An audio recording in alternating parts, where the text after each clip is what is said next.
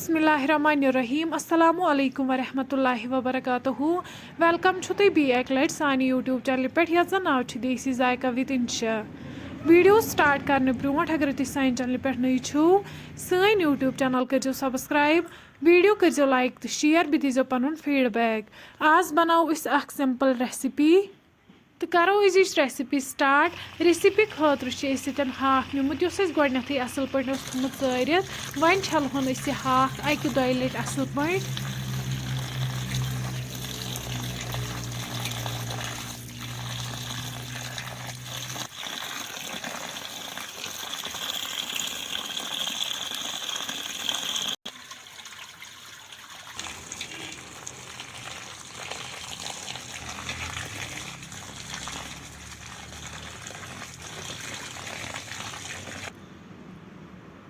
अम पे थो वन दानस पे बाना अत मज त्रो वन आब 1 लीटर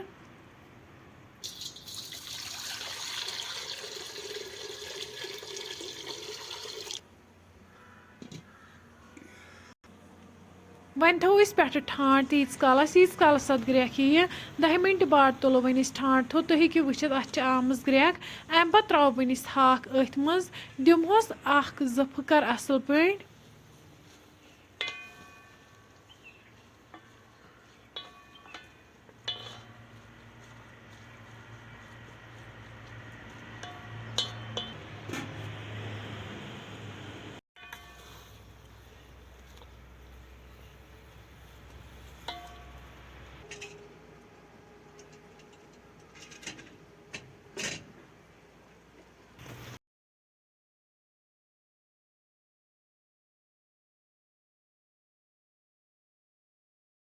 हाकस लोग यीतन फकर अम पे वालो वन दान पे बोन वन छलहन हाक हंद्रे आब असल पे कड़ोस सोरे आब नबर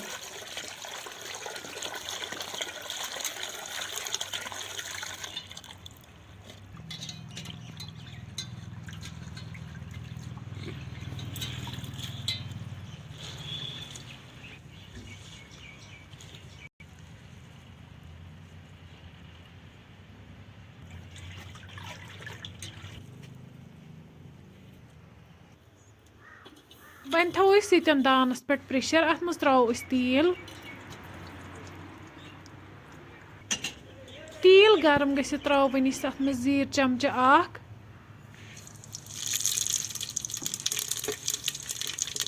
बी त्रो वन गंड ये गोडनथ न्यूक न्यूक कर थोमुत तो बी त्रो वन अत मज रुहन गंड तो रुहन करहन असल पे फ्राई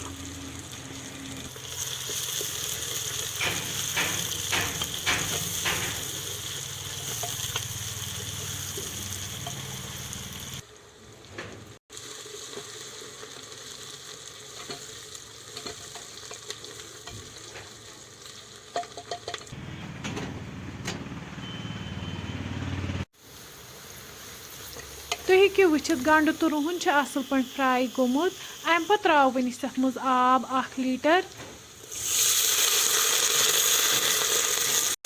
बी त्रो वन अत मज सोबुत मरचांगन लिद्र चमच ओड तो नून चमच अख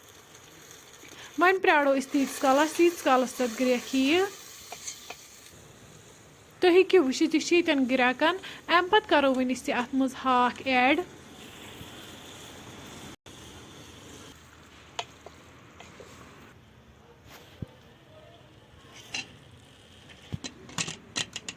वन करो अत लिड बंद दिमहोस 1-2